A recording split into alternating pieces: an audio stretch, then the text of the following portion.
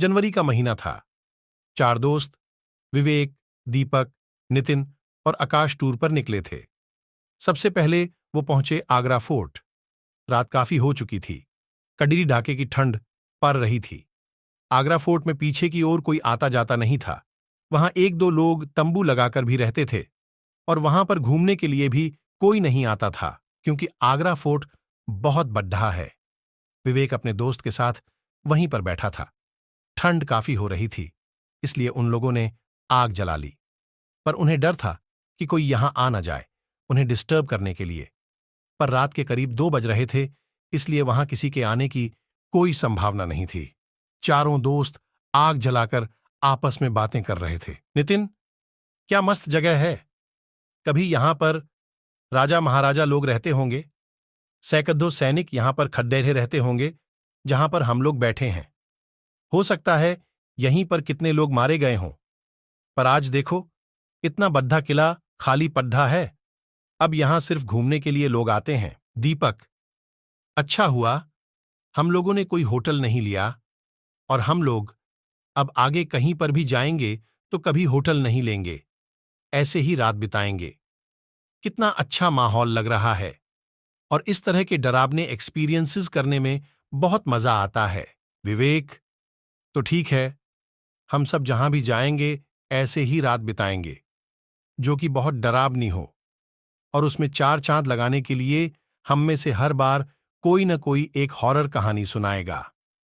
लेकिन वो कहानी बनावटी नहीं होनी चाहिए। सच में उसके साथ वो घटना घटी होनी चाहिए, क्योंकि हर किसी के साथ कभी न कभी डरावनी घटना होती ही है ना? नितिन, तो ठीक है, विवेक, प्लान तूने बनाया है तो सबसे पहली कहानी तू ही सुनाएगा। इसके बाद हम सलाह कर लेंगे कि फिर कहानी कौन सुनाएगा। ठीक है विवेक। विवेक, ठीक है, तो दिल थाम कर तुम लोग बैठ जाओ और सुनो। दीपक, ये कहानी तुझे जरूर पता होगी, क्योंकि तेरे साथ जो हादसा हुआ था मैं वही कहानी सुनाने वाला हूं। दीपक, अच्छा, वो कहानी सुनाने जा रहा है तू? यार, उस बारे में मैं सोच लेता हूं ना तो मेरे रोंगटे खड्डे हो जाते हैं।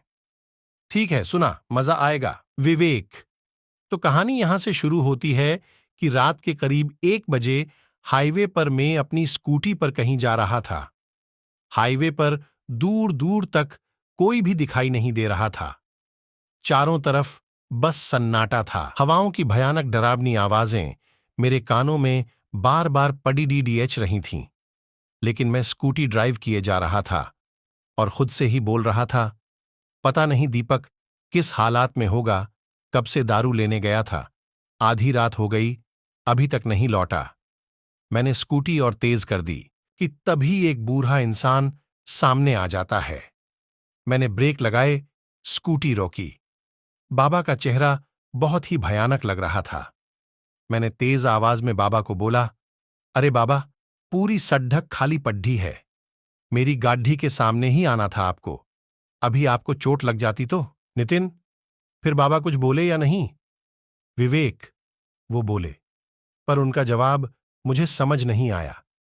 बाबा, चोट तो बहुत पहले ही लग चुकी है बेटा।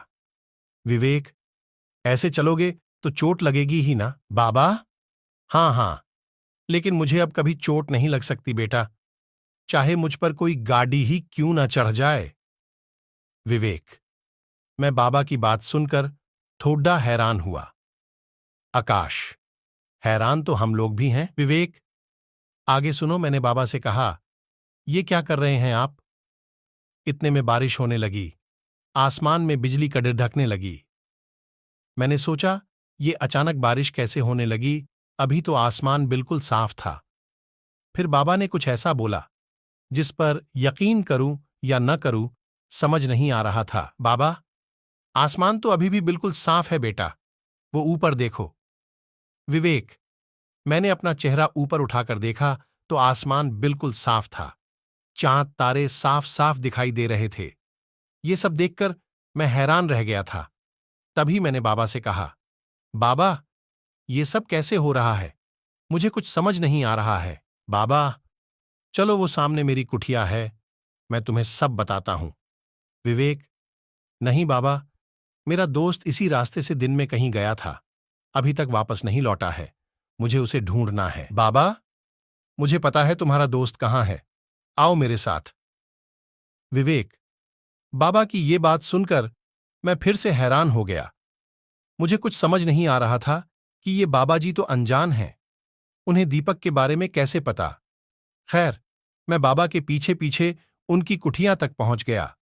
बाबा, आओ बैठो। विवेक, बाबा अंदर से लालटेन लेकर आए और उसे जलाया।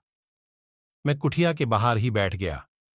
बाबा भी ठीक मेरे सामने बैठ गए और मैंने उनसे कहा, बाबा अब जल्दी बताओ, ये सब क्या है?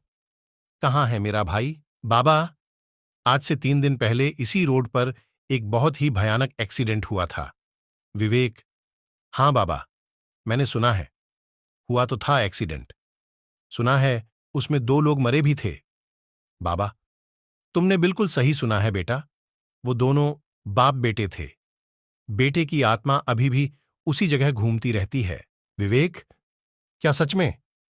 बाबा, हाँ, और उसकी आत्मा गलत आत्माओं के चक्कर में पड़ कर खतरनाक हो गई है। अब वो उस रास्ते से निकलने वाले की जान ले लेता है। विवेक, बाबा की ये बात सुनकर मैं डर गया और मैंने कहा, इसका मतलब मेरा भाई भी? बाबा, नहीं, अभी नहीं। अभी तुम्हारा भाई उसकी कैद में है, मारा नहीं है उसको।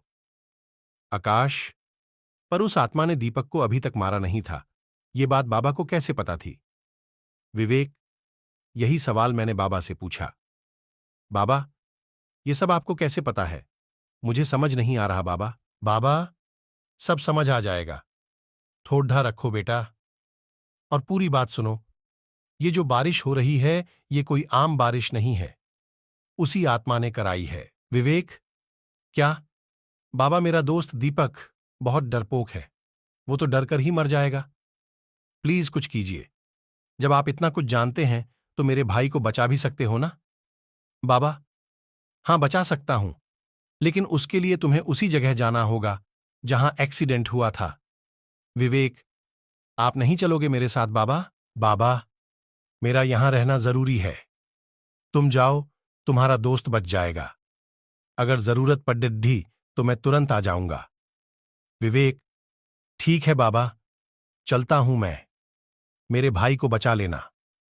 बाबा, फिक्र मत करो। विवेक, मैं वहां से उठा, अपनी स्कूटी स्टार्ट की ओर चला गया। जैसे वहां पर मैं पहुंचा, अचानक बारिश तेज हो गई, हवाएं तेज हो गई। भयानक आत्माएं दीपक को घेरे उसे डरा रही थीं। वो नजारा बेहद खौफनाक था। दीपक धीरे धीरे दबी आवाज में रो रहा था। मैंने अपने डर को कंट्रोल किया, तुरंत अपनी स्कूटी से उतरा और आगे बढ़ गया। मैंने दीपक को आवाज लगाई, दीपक, दीपक तुम्हें कुछ नहीं होगा। दीपक ने जैसे ही मुझे देखा, उसके चेहरे पर थोड़ी राहत दिखी। दीपक, विवेक बचा, मुझे ये आत्माएं मुझे मार डालेंगी। विवेक, आत्मा हंसकर कहने लगी, आजा, तू भी आजा, तुझे भी निपटा देता हूं, और भयानक तरीके से हंसने लगी।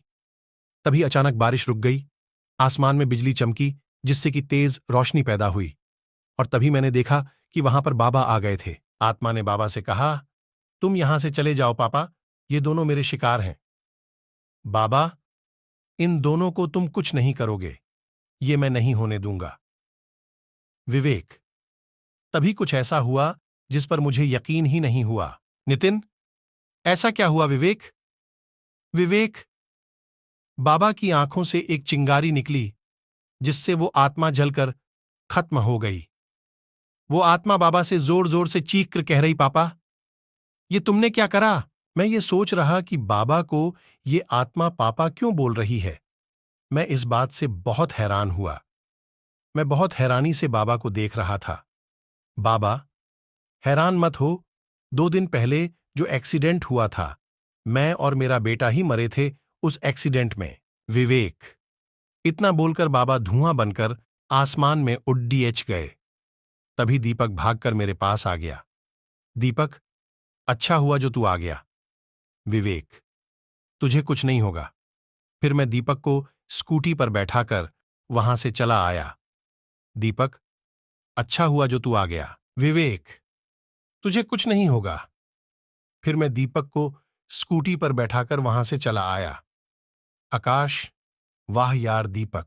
नितिन, वैसे विवेक, जब तू स्कूटी से बाबा से टकराया था ना, और उन्होंने कहा था कि अब मुझे चोट नहीं लग सकती, चाहे कोई गाड़ी ही मुझ पर क्यों ना चढ़ जाए, तभी मुझे हल्का हल्का शक हो गया था बाबा के ऊपर। तभी अचानक किसी के कदमों की आवाज आने लगती है। चारों दोस्त बिल्कुल चुप हो जाते हैं। नितिन, लगता है कोई सिक्योरिटी गार्ड आ रहा है। जैसे ही कदमों की आवाज उनके पास आकर रुकी, विवेक और दीपक बिल्कुल हैरान हो गए। विवेक, बाबा बाबा आप यहां। आकाश, नितिन, ये उन्हीं बाबा की आत्मा है। नितिन, अबे भागो। यहां से नितिन और आकाश डरकर वहां से भाग गए। भागते भागते दोनों फोर्ट से भर आ गए और एक पेड़ के नीचे बैठ गए। नितिन, भाई, क्या सच में भूत था या कोई और? मैंने तो ठीक से देखा भी नहीं। एकदम वहां से भाग आया। आकाश, हां नितिन, मैंने भी कुछ देखा नहीं, पर मुझे भी बहुत डर लग रहा है। मैं उस फोर्ट के अंदर फिर से नहीं जाने वाला भाई। तभी विवेक और दीपक धीरे धीरे चलकर उस फोर्ट से बाहर आते हैं। दीपक, क्या हुआ, फट गई ना? विवेक, अरे भाई, तुम्हारा चेहरा तो देखो, सारा रंग उतर गया है। शायद कुछ देर और रुकते तो तुम्हारी पतलून भी गीली हो जाती। विवेक और दीपक दोनों हंसते हुए एक दूसरे को ताली देते हैं। नितिन, मतलब तुम लोग मजाक कर रहे थे? फिर वो इंसान कौन था? दीपक, हां और नहीं तो क्या, ऐसी शुमशान और डरावनी जगह पर बैठे थे तो सोचा थोड़ी मस्ती की जाए, और वो इंसान वहां का सिक्योरिटी गार्ड था। नितिन, और अगर इस मजाक में हमारी जान चली जाती तो? विवेक, तो क्या फिर तुम भूत बनकर हमें डराने आ जाना? विवेक और दीपक दोनों खूब हंसने लगे। आकाश, मरने के बाद वैसे भी कोई अपना और पराया नहीं होता। भूत बस जान लेना जनता है। फिर वो चारों दोस्त वहीं बैठ जाते हैं और दूसरा दोस्त एक नई कहानी सुनाने लगता है